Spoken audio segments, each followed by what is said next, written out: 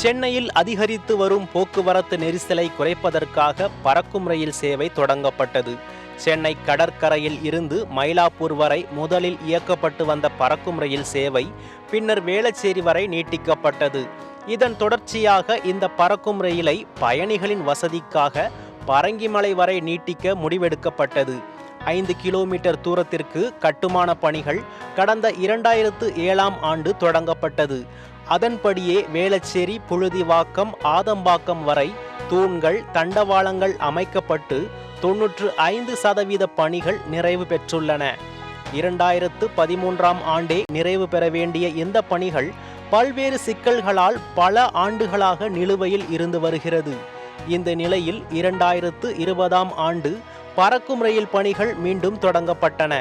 இதற்கு இடையில் ஆதம்பாக்கம் அருகே தில்லை கங்காநகர் பகுதியில் பணியின் போது தூண்கள் இடிந்து விழுந்த நிலையில் தற்போது அவற்றை சீரமைக்கும் பணிகள் நடைபெற்று வருகின்றன.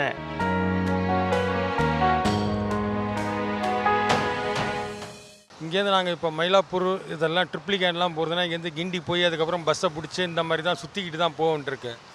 இதில் போனால் இப்போ மயிலாப்பூர்லாம் போகிறதுனா வேளச்சேரி வரைக்கும் 2 வீலரில் போய் அங்கே போட்டு 20 நிமிஷத்துக்குள்ளே போயிடுறேன்.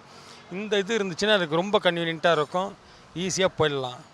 அதனால் இதை கொஞ்சம் எவ்வளோ ஸ்பீடப் பண்ணி சீக்கிரம் முடித்தாங்கன்னா இங்கே உள்ள மக்களுக்கு ரொம்ப வசதியாக இருக்கும்.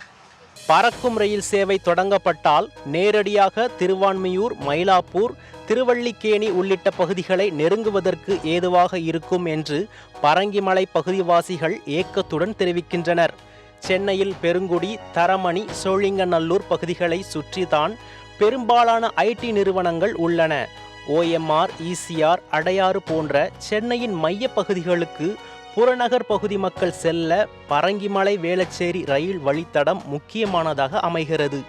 அதோடு கூட மெட்ரோ ரயில், பறக்கும் ரயில், புறநகர் ரயில் ஆகிய 3 சேவைகளையும் வழங்கும் இடமாக பரங்கிமலை திகழும். நான் இங்கே நங்கநல்லூரில் இருக்கேன், ஒரு 27 வருஷமாக இருக்கேன். இந்த ட்ரெயின் வந்துடுச்சுன்னா ரொம்ப ஈஸியாக தான் இருக்கும். எவ்வளோ சீக்கிரம் முடியும்னு சொல்ல அந்த மக்கள் இதை ஆவலாக எதிர்பார்த்துட்ருக்காங்க. முடிஞ்சிச்சுன்னா மக்களுக்கு ரொம்ப மயிலாப்பூர் போகிறதுக்கும் ஏன்னா இங்கே கனெக்டிவிட்டி இருக்குது. மயிலாப்பூர் பார்த்தசாரி கோவில் அந்த மாதிரி நிறைய போகிறதுக்கு, மேரேஜ் மண்டபம் அந்த மாதிரி போகிறதுக்குள்ள கனெக்டிவிட்டி இருக்கிறதுனால ரொம்ப ஈஸியாக இருக்கும். இந்த MRTS இது வந்து connectivity from Velachery to mount பண்ணி கொடுத்தாங்கன்னா கொஞ்சம் ஈஸியாக இருக்கும். டுவர்ட்ஸ் திருவான்மியூர் பீச் இந்த பக்கம் போகிறவங்களுக்கெல்லாம் வசதியாக இருக்கும். இத்தகைய சிறப்புமிக்க பரங்கிமலை வேளச்சேரி பறக்கும் ரயில் சேவையை அரசு விரைவில் தொடங்க வேண்டும் என்று நீண்ட நாட்களாக காத்திருக்கும் அப்பகுதி மக்கள் கோரிக்கை விடுத்துள்ளனர். சத்தியம் செய்திகளுக்காக ஒளிப்பதிவாளர் பீட்டருடன் செய்தியாளர் மாயாவதி.